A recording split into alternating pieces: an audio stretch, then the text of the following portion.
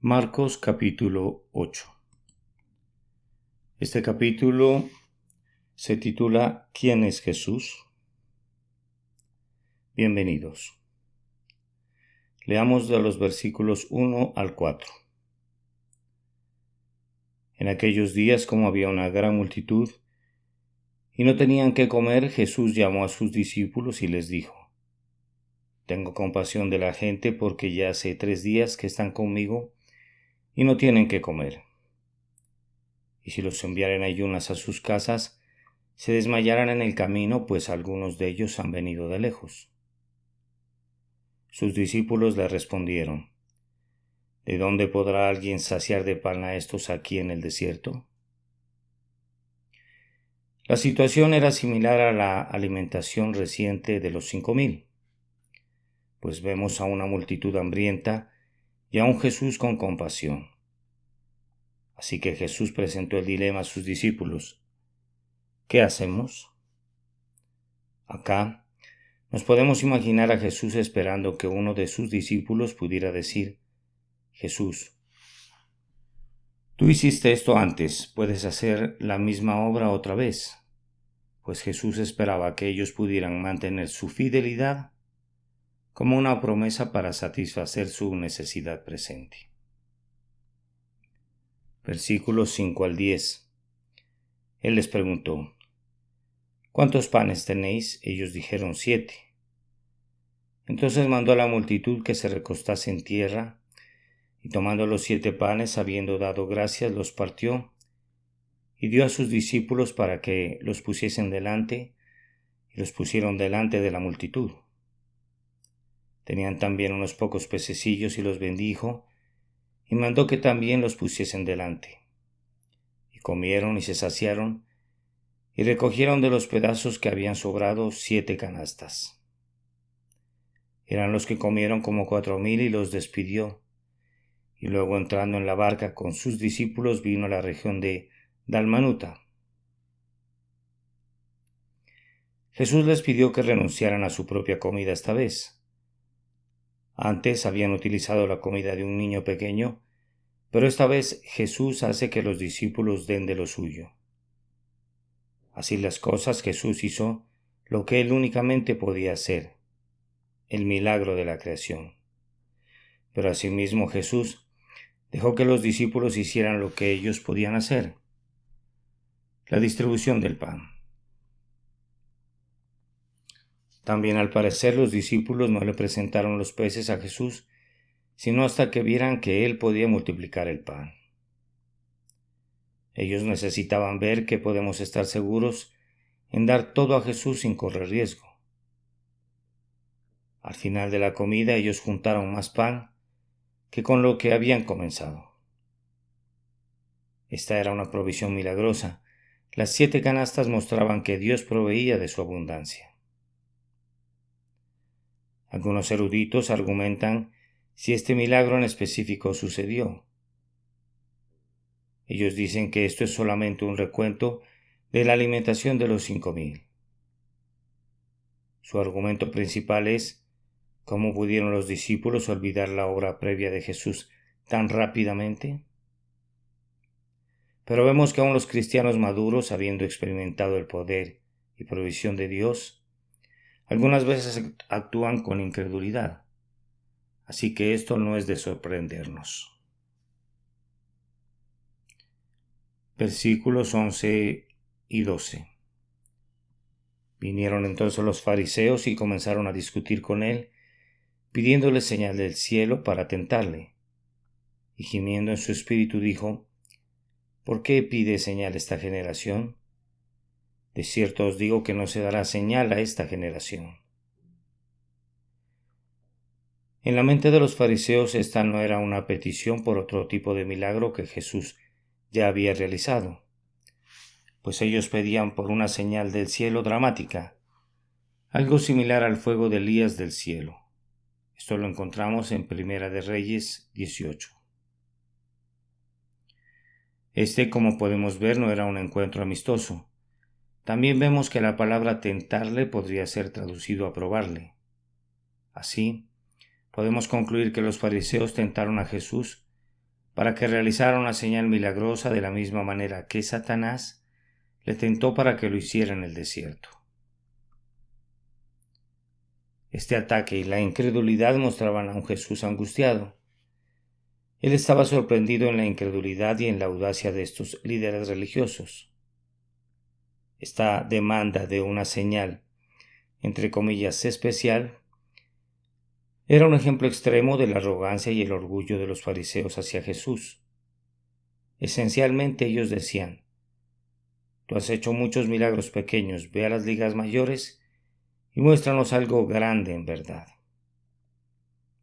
Aquí Jesús se rehusó debido a que sus milagros no son hechos con la intención de convencer a incrédulos endurecidos. Pero Jesús hacía los milagros para mostrar el poder de Dios en el contexto de la misericordia, y fue así que Él condenó la generación que buscaba una señal.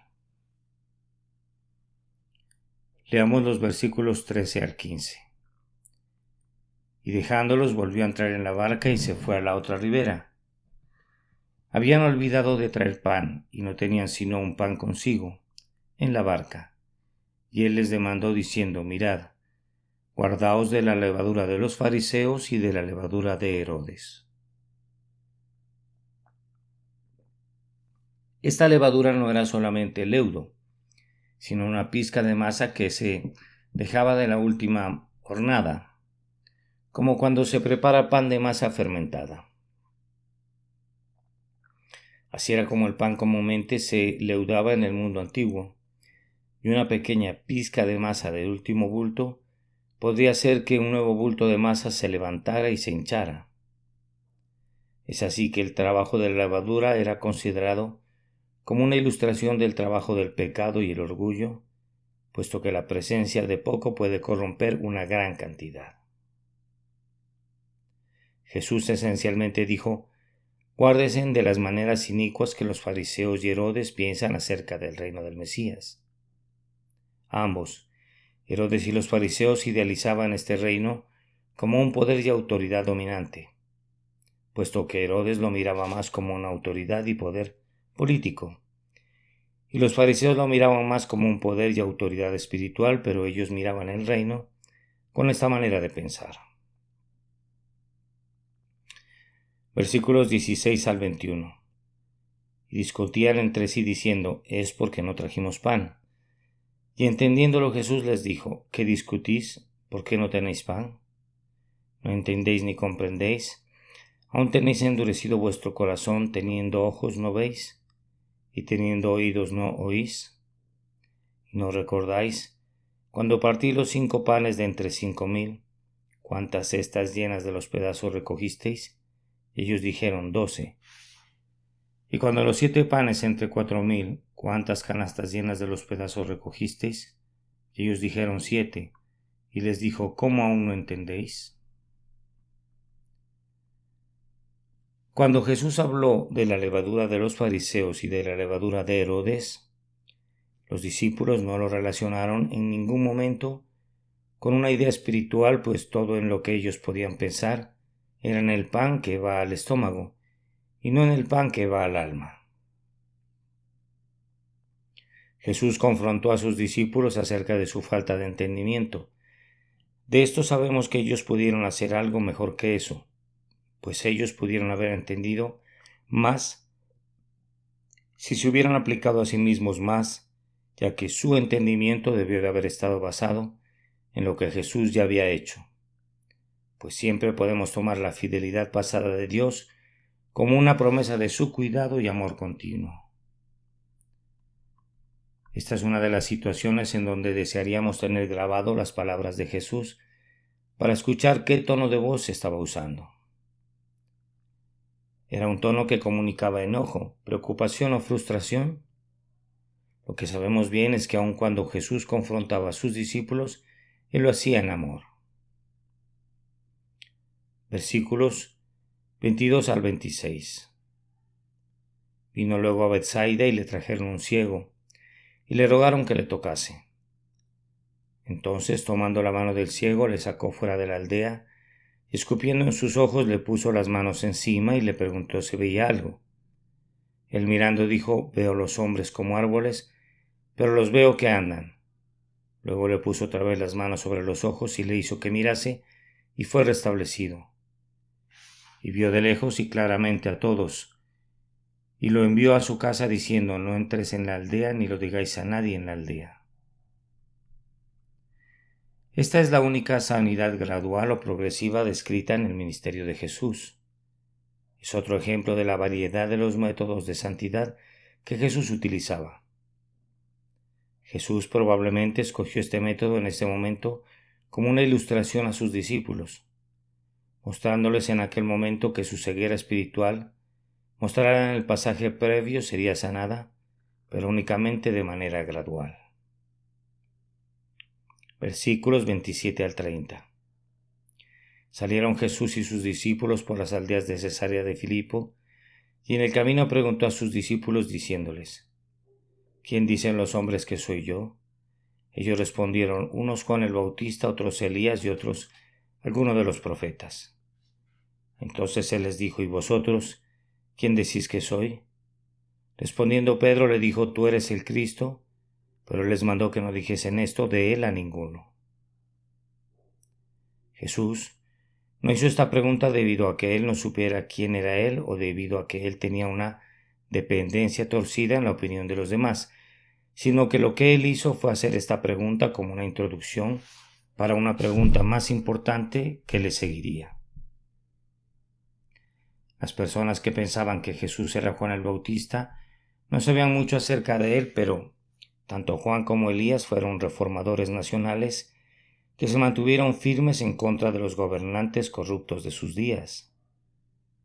Quizás al ver a Jesús como Juan el Bautista o Elías, las personas esperaban por un Mesías político el cual echaría a los poderes corruptos que oprimían a Israel.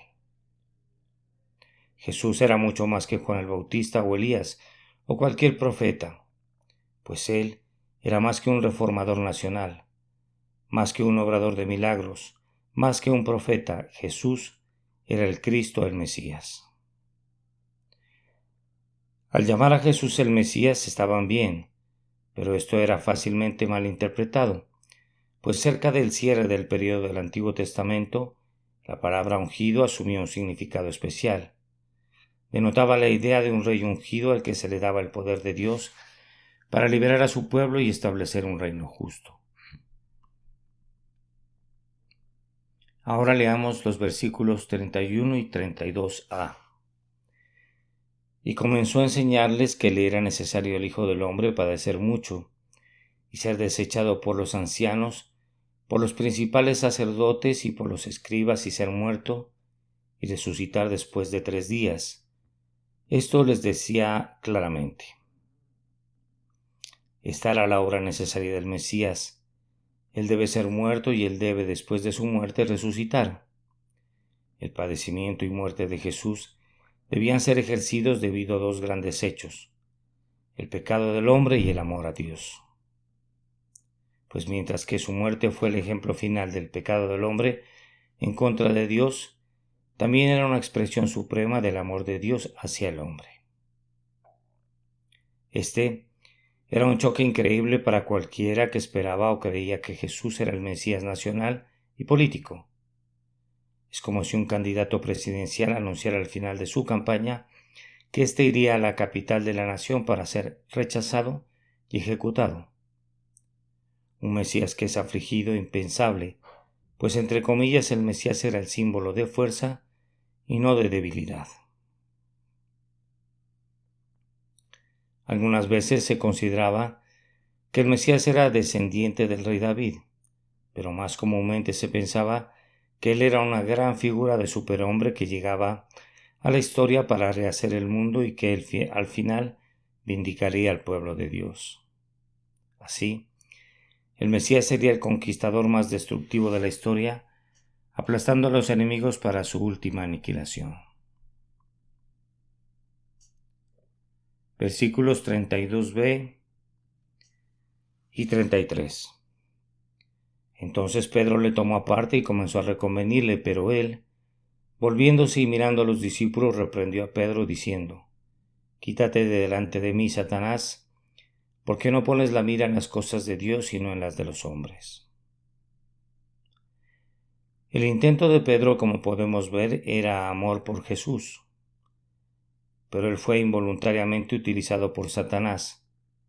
Esto nos deja ver que no tenemos que estar endemoniados para que Satanás nos use, sino que más bien debemos mantenernos en guardia para que no seamos utilizados de una manera involuntaria.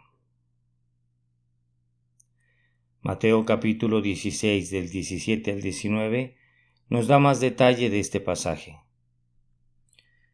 Vemos allí que después de que Pedro hizo la confesión de fe registrada en Marcos 8:29, «Tú eres el Cristo», le respondió Jesús: «Bienaventurado eres, Simón, hijo de Jonás, porque no te lo reveló carne ni sangre, sino mi Padre que está en los cielos». Jesús fue más allá para edificar a Pedro después de la palabra de elogio. Así, no es difícil ver los pasos que siguió Pedro, pues, primero, Pedro confesó a Jesús como el Mesías. En segundo lugar, Jesús elogió a Pedro diciéndole que Dios se lo reveló. En tercer lugar, Jesús contó su inminente padecimiento, muerte y resurrección. En cuarto lugar, Pedro sintió que eso no estaba bien y él creyó que él escuchó de Dios. Y finalmente, en quinto lugar, Pedro se reconvino a Jesús. Podemos inferir que si Pedro era lo suficientemente audaz para reconvenir a Jesús, él tenía la confianza de que Dios le dijo lo que estaba bien y de que Jesús estaba mal. En donde todo se estropeó fue en que Pedro estaba muy confiado en su habilidad de escuchar de parte de Dios, pues lo que Pedro dijo no se alineaba con las Escrituras y estaba en contradicción hacia la autoridad espiritual sobre él. En la frase «Quítate de delante de mí, Satanás», vemos que esta fue una reprensión fuerte de parte de Jesús, pero totalmente apropiada. Aunque hace unos momentos antes Pedro habló como un mensajero de Dios, él luego habló como mensajero de Satanás. Jesús sabía que aquí había un propósito satánico en desanimarlo de su ministerio en la cruz, y Jesús no permitiría que ese propósito tuviera éxito. También podemos estar seguros de que Pedro no se había dado cuenta de que habló por parte de Satanás. De la misma manera que un momento antes él no estaba consciente de que habló de parte de Dios. Esto nos indica que muy a menudo es fácil el ser una herramienta de Dios o del diablo de lo que solemos creer. Jesús expuso el cómo Pedro llegó a esta manera de pensar satánica, pues él no hizo una elección deliberada para rechazar a Dios y abrazar a Satanás. Él simplemente dejó que su mente se asentara en las cosas de los hombres en lugar de en las cosas de Dios. Y Satanás tomó ventaja de ello. Pedro es un ejemplo perfecto de cómo un corazón sincero acoplado con la manera de pensar del hombre conduce al desastre. La reprensión de Pedro hacia Jesús era evidencia de la levadura mencionada en Marcos 8:15. Pues con su mente puesta en las cosas de los hombres, Pedro vio que el Mesías era únicamente la personificación del poder y la fuerza, en lugar de un siervo que debía de padecer. Fue así que, debido a que Pedro no podía soportar a un Mesías afligido, él reprendió a Jesús. Versículo 34. Y llamando a la gente y a sus discípulos, les dijo: si alguno quiere venir en pos de mí, niéguese a sí mismo y tome su cruz y sígame.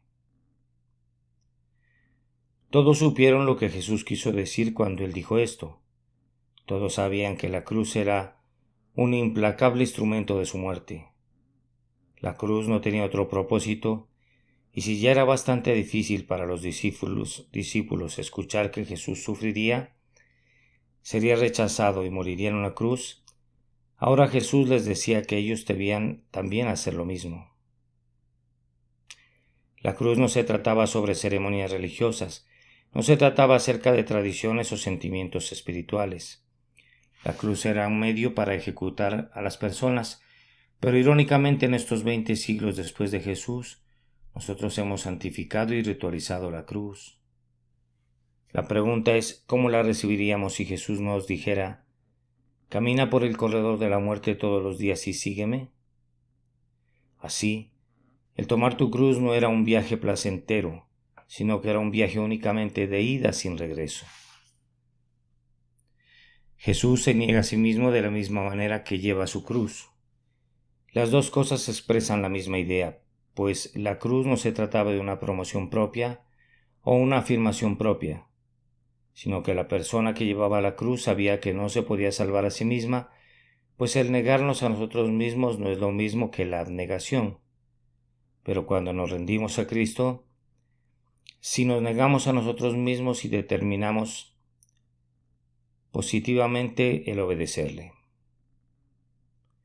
El negarnos a nosotros mismos significa el vivir como una persona centrada en los demás. Jesús fue la única persona que hizo esto de una manera perfecta, pero nosotros debemos de seguir sus pasos, esto es, el seguir a Jesús de la manera más sencilla. Él llevaba una cruz y su camino era el corredor de la muerte. Así deben hacerse aquellos que le siguen. Finalmente leamos el versículo 35 en adelante. Porque todo el que quiera salvar su vida la perderá, y todo el que pierda su vida por causa de mí y del Evangelio la salvará. Porque ¿qué aprovechará el hombre si ganara todo el mundo y perdiere su alma? ¿O qué recompensa dará el hombre por su alma? Porque el que se avergonzare de mí y de mis palabras, en esta generación adúltera y pecadora, el Hijo del Hombre se avergonzará también de él, cuando venga en la gloria de su Padre con los santos ángeles. También les dijo, de cierto os digo, que hay algunos de los que están aquí que no gustarán la muerte, hasta que hayan visto el reino de Dios venido con poder. Debemos de seguir a Jesús de esta manera debido a que es la única manera en la que podremos hallar su vida. Suena extraño el decirlo, nunca vivirás sino hasta que marches por el corredor de la muerte con Jesús, pero esa es la idea, ya que no puedes obtener resurrección de vida sin morir primero. El evitar el caminar por el corredor de la muerte con Jesús significa que nos ganaríamos todo el mundo y de hecho al final terminaríamos perdiéndolo todo. Jesús mismo tuvo la oportunidad de ganar el mundo al adorar a Satanás. Lucas 4:5. Pero en lugar de ello él encontró vida y victoria en la obediencia a su Padre. Sorprendentemente, las personas que viven de esta manera abundante antes de Jesús son las que son felices de una manera genuina y real. El dar nuestra vida a Jesús completamente y el ser una persona que vive centrado en los demás no se lleva cosas buenas de nuestra vida, sino que les añade. Es así que llegamos a la conclusión de que no es fácil el caminar por el corredor de la muerte con Jesús, pues esto lo que significa es que deberíamos asociarnos con alguien que fue despreciado y ejecutado. Pero recordemos que si nosotros nos avergonzamos de él, él se avergonzará de nosotros. Ahora, si Cristo Jesús hubiera venido al mundo como un hombre poderoso y opulento, vestido con gloria y honor terrenal, él hubiera tenido una multitud de partidarios y la mayoría de ellos habrían sido hipócritas. Pero Jesús vendrá de nuevo en la gloria, y si nosotros nos rebelamos en contra del mundo, la carne y el diablo, también nosotros compartiremos su gloria. La mayoría de las personas piensan en cuanto a seguir a Jesús como el conformarse a lo establecido, y la realidad es que Él nos llamó a que nos rebeláramos en contra del orden establecido de este mundo, puesto que somos llamados a rebelarnos en contra de la tiranía de la carne, en contra del temor y la conformidad de este mundo y en contra de las tradiciones de los hombres. Jesús Nos anima a una rebelión de esclavos en donde los esclavos del pecado, Satanás y el mundo se rebelan en contra de sus amos. Ya para terminar esta interpretación podemos ver que el caminar con Jesús no solamente significa una vida de muerte y de cruces, sino que también significa una vida del poder y la gloria del reino de Dios en nosotros. Pues Jesús prometió que algunos de sus discípulos verían destellos de su poder y gloria. Amén.